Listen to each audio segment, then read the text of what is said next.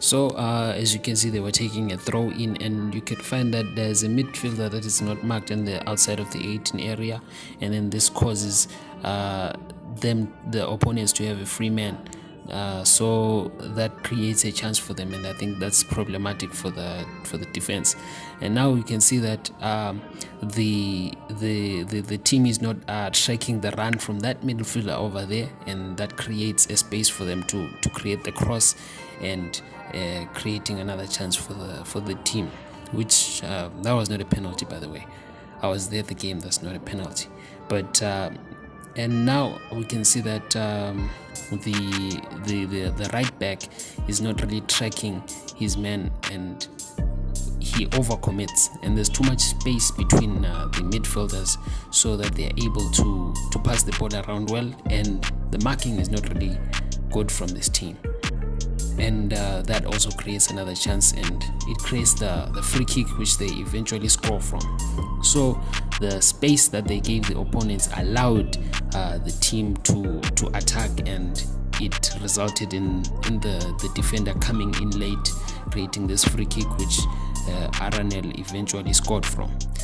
So we can also see that from the wall, the players should have jumped, and there's just poor coordination between the goalkeeper and the defenders, because the defenders should have jumped. They could have blocked that free kick. So now in the next scene, we see that there's poor decision making by the defender. He could have held this ball and passed it around and used it to build up there. And we can also see the same thing happening with the right back, where he makes a long shot, and that's not even necessary. So that resulted in possession loss. Now here we see the same thing, but the midfielders, they are not positioned well, so the right back is forced to make another long pass which loses the ball.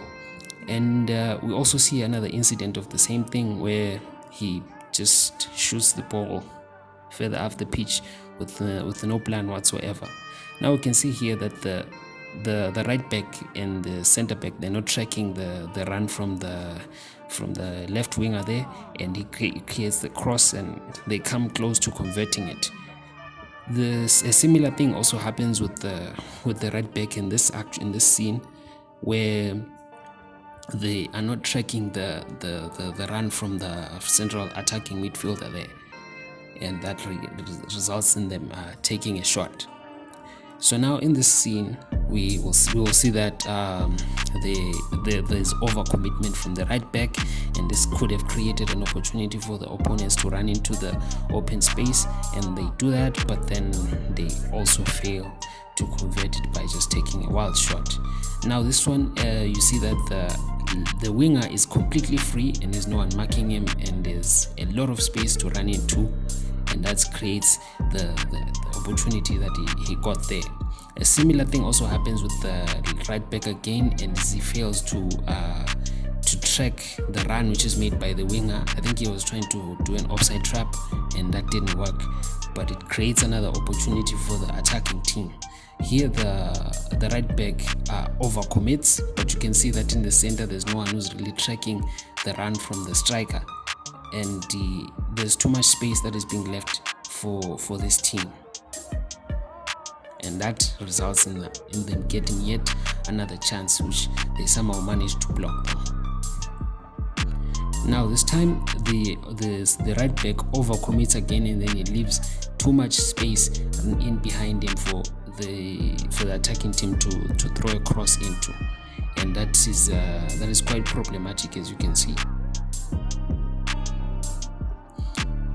I think there was a lot of weakness from the right back for Mainline FC.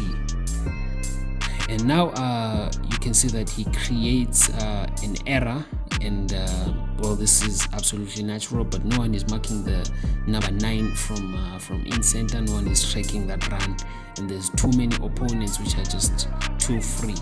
They're fortunate that the goalkeeper makes that save that time, but then this could have been really ugly very fast. This time the right back, he stays in tight and he manages to mark the space instead of marking the man, and that makes the difference.